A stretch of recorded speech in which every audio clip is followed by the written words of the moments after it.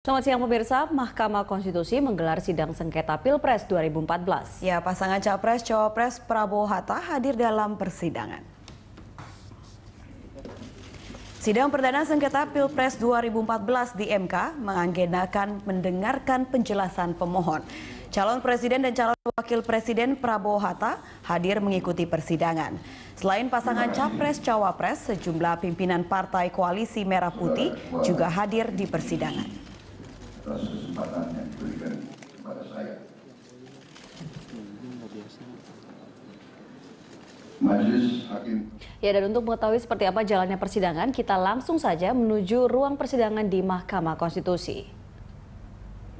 Tentu sekali lagi terkait kecermatan tidak disusun secara berurut dan rapi, sehingga jumlah provinsi yang diajukan menjadi tidak sesuai. Misalnya Sumatera Utara dimulai dengan nomor urut 1 di halaman 95. Padahal sebelumnya telah ada provinsi Aceh, itu tidak ada nomor. Nah, ini apakah Aceh ini bagian dari provinsi atau kurang adanya nomor urut itu. Kemudian untuk Jawa Timur juga di nomor urut 15 Romawi halaman 114. Kemudian di bawahnya lagi itu masih provinsi Jawa Timur tapi disebut terpisah juga.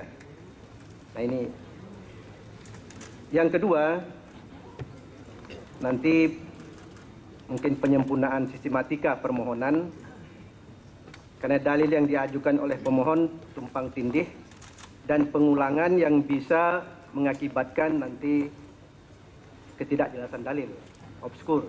Di antaranya pada bagian alasan itu dalam pelanggaran proses pemilihan umum Presiden dan Wakil Presiden tahun 2014 yang terstruktur, sistematis dan masif di butir 4.13 sampai dengan 4.15 di halaman 9 sampai 19 disebut kembali pada bagian lain dengan huruf besar semua. Nah, ini bagian mana ini sebetulnya? Yang kedua, pada bagian yang tertulis, terstruktur, sistematis dan masif di butir 5.2 dijabarkan dalil terjadinya pelanggaran TSM di tiap provinsi. Akan tetapi penjabaran dalil oleh pemohon di tiap provinsi tidak selalu mengenai pelanggaran melainkan kesalahan rekapitulasi. Misalnya di Provinsi Aceh halaman 15 sampai 95 yang disajikan dalam bentuk tabel. Dalil ini lebih mengarah pada kesalahan rekap, bukan pelanggaran TSM misalnya. Ya, oleh sebab itu, jika nanti ini akan disempurnakan,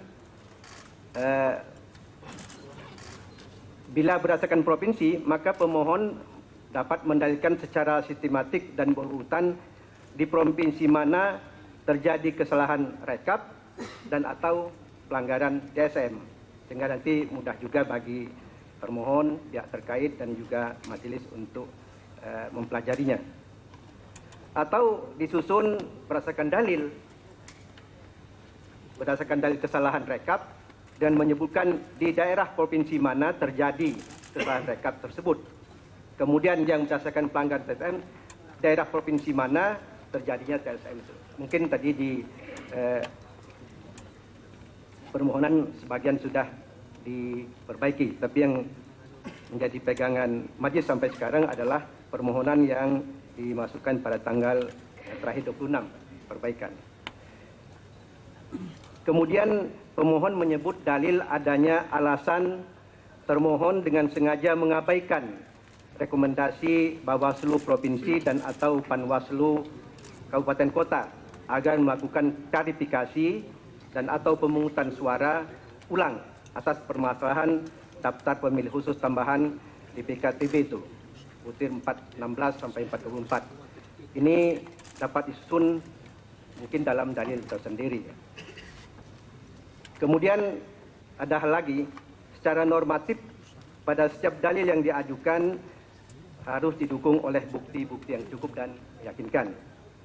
Oleh karena itu, dalil-dalil dalam permohonan harusnya mengacu pada bukti-bukti yang diajukan. Ya, Majelis melihat bahwa pemohon mengajukan sekian banyak dalil tetapi belum menunjukkan bukti-bukti tertentu. Sedangkan mahkamah harus memeriksa secara rinci, detail dalil tersebut satu persatu. Misalnya, kesalangan penghitungan suara di tingkat TPS, maka pemohon harus menyerahkan bukti POM C1-nya. Ini saya kira banyak di halaman 15 sampai 16, kemudian tidak diteruskan dengan misalnya ini P sekian sampai P berapa. Terakhir saya kira pada petitum tadi yang mulia para hakim konstitusi sudah menyampaikan juga, ini tentu persoalan kecermatan. Misalnya dalam angka 2 petitum pemohon halaman 144, pemohon meminta menyatakan batal dan sah. Padahal seharusnya batal dan tidak sah, saya kira ya. Ini saya kira ya pengertikannya. Yang kedua, petitum harus sesuai dengan pokok permohonan karena putusan mahkamah atas kebenaran dalil pemohon memiliki konsekuensi yang berbeda. Dalam hal kesalahan rekap, maka mahkamah ya akan menetapkan suara yang benar menurut mahkamah dan KPU harus menaati. Sedangkan dalam hal mahkamah menilai terjadi TSM, ya tadi permintaan untuk memutus perhitungan suara ulang atau pemungutan suara ulang. Ini jadi konsekuensinya ada berbeda. Ya, yang berikutnya yang terakhir saya kira di bagian petitum pemohon perlu menyesuaikan dalil pokok permohonan di provinsi mana saja pemohon terjadi kesalahan perhitungan suara sehingga mahkamah dapat menetapkan suara yang secara langsung atau tadi yang bersifat TSM. Saya kira demikian Ketua. Terima kasih. Terima kasih. Selanjutnya saya silakan Pak Patrialis. Ya. Terima kasih Ketua. Saya juga ingin menambahkan, pertama, pemohon prinsipal ini kan sudah memberikan kuasa kepada kuasa hukum dan telah memilih domisili hukum. Nah, di halaman 2 ini saya belum melihat penjelasan lebih lanjut berdasarkan surat kuasa kapan. Surat kuasanya sudah ada, tapi di sini belum cantumkan. Jadi seyogianya sampaikan berdasarkan surat kuasa tanggal sekian. Jadi itu lebih tepat ya. Yang kedua di dalam halaman 4, tadi walaupun sudah dibacakan, tapi kan ini karena tertulis, saya kira lebih baik dilengkapi mengenai SK KPU nomor 535 itu dibuatkan tanggalnya kapan. Ya, itu lebih baik. Kemudian halaman 102, tadi Bapak Muhammad Alim yang mulia sudah menyampaikan Sumsel ditulis dengan Sumbar. Di bawahnya juga ada Bengkulu, itu ditulisnya Babel. Ya, Bengkulu Babel itu lain. Jadi yang dipersoalkan Bengkulu kok malah Babel yang ditulis ya. Kemudian halaman 109 juga demikian. Saudara mempersoalkan masalah Jawa Barat, tapi ditulis di situ antara lain ada Maluku.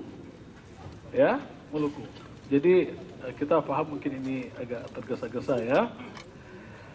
Kemudian di dalam petitum saya kira juga sama tadi, SK KPU yang diminta untuk minta dibatalkan itu adalah tanggalnya ditambahkan.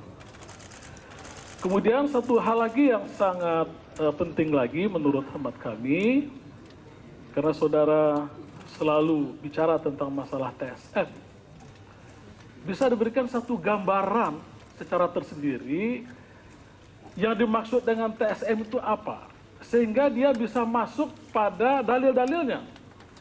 Tapi kalau semuanya TSM tapi dalilnya tidak menyentuh situ, Pak Widudin tadi sudah menyampaikan. Jadi tolong jelaskan yang dimaksudkan oleh pemohon TSM itu apa, ya. Jadi supaya lebih sempurna. Saya kira demikian. Terima kasih. Ibu Maria ada, silakan. Terima kasih Pak Ketua.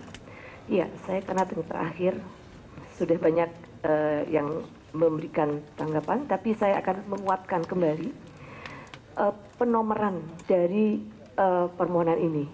Karena kalau pemohon mengajukan 33 provinsi, maka provinsi terakhir di sini provinsi 32, Papua Barat.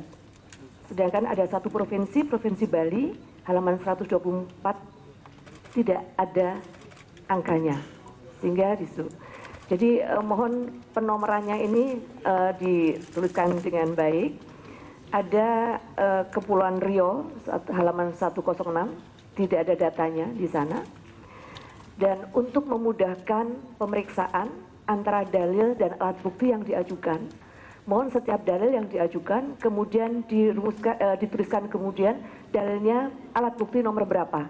Ya, seandainya pun ada saksi yang akan mengajukan kesaksian untuk mendukung dalil tersebut, mohon namanya siapa dicantumkan dalam dalil tersebut. Saya rasa itu Pak Ketua. Terima kasih.